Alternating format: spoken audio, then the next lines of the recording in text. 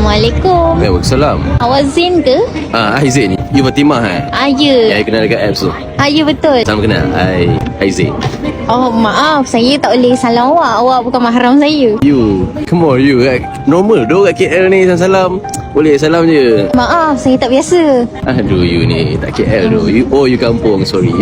Nanti you dah duduk KL ni tahulah culture shock. Sekejap, Ya. kat leher awak tu apa? Oh ni. Ni tattoo doh you. Astagfirullahaladzim, awak Arab. Aduh you ni KL doh ni biasa doh. Benda ni normal je doh. Normal je kat KL ni. Tapi tatu awak rama-rama tu timbul eh?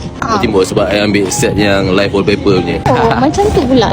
Nanti you dah lama duduk kat KL ni biasalah nampak. Boleh terbang ke rama-rama tu? You ni banyak tengok kartun kot. Sebab tu you duduk kampung. Timah kita jalan-jalan.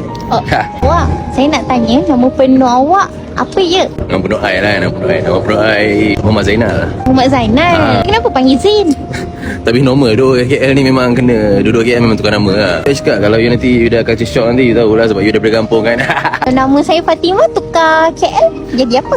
You tukar jadi Fatty. Awak nak bawa kita keluar pergi mana? Kalau you duduk KL cakap UI je. You tak payah kampung sangat lah. Relax.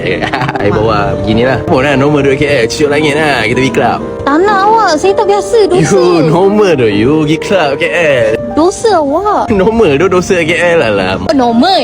Dosa tu normal. Masuk neraka tu normal. Dengan butterfly punya tattoo ni masuk neraka normal lah. Aku bertaubat ya Allah.